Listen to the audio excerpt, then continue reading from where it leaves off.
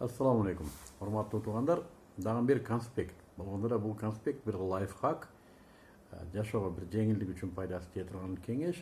Бул да менин bir ой бүтүмүм. Өзүм ушу байкап, өзүмдүн жеке турмушумдан, досторумдун, тууган уруктун, үй бүлөлүк жашоосунан байкап туруп бир ушу биздин карындаштарыбыз үчүн, аяштарыбыз үчүн балким эрге тийип, эринен бакыты таппай аткан ушу катындар, аялдар үчүн пайдасы тие турган бир кеңеш. Чын жүрөктөн ушул кеңеш. Биринчиден, Аллах Субханаху ва Таала ар бир пендесин бактылуу болушун каалайт. Силер да бул жашоого бактылуулук үчүн келгенсиңер, бактылуу болушуңар керек.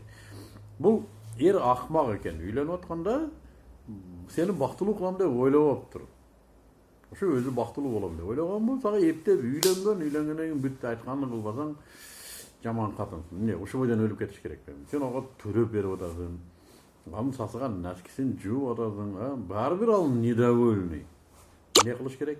Мына ошол эрдин бийлигинен кутулуш керек. Мен мындай байкап көрсөм, кандай аялдар бактылуу болот? Эрин укпаган аялдар бактылуу болот экен. Айтканын кылба. Сүйлөсө сөзүн кайтар. Көп болсо бир жолу урат, эки жолу урат, милицияга жазып ташта. Резаманкасын куйлтат милиция. Анан кийин эмне кылыш керек?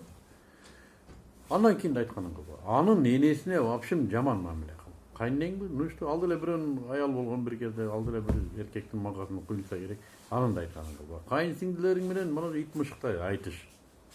Вообще кайын журтуң менен катташпа, вообще колуңан келсе. Алар үчүн тийген жок. Мына сен эриң үчүн тийгенсиң.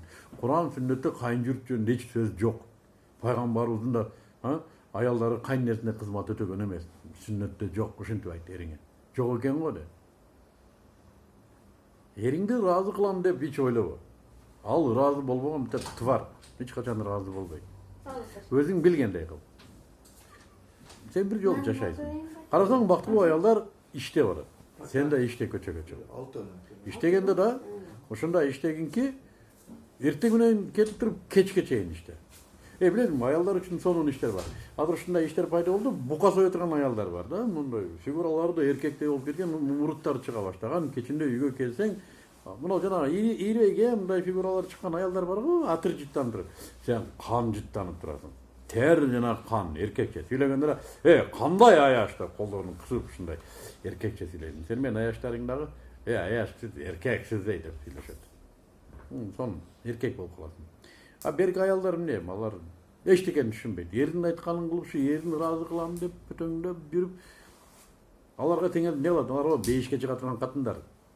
Аларды башың урадыңбы? Сен мына жашоодо бактылуу болушуң керек. Эриң айтканын кылба.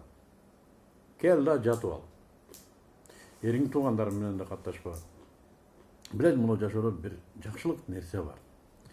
Бул сенин ушул жашоодо телевизордон, сериалдардан көргөн катындардай жашашың. Ушул бактылуулук.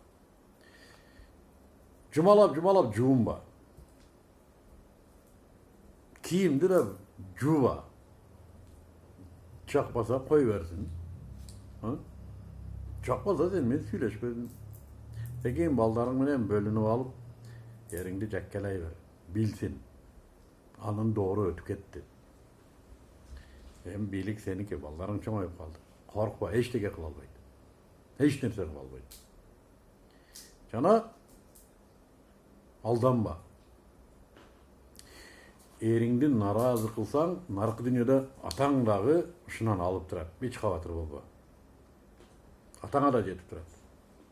Эгер атаң жөнүндө ойлосоң, вообще атаң жөнүндө да ойлобо.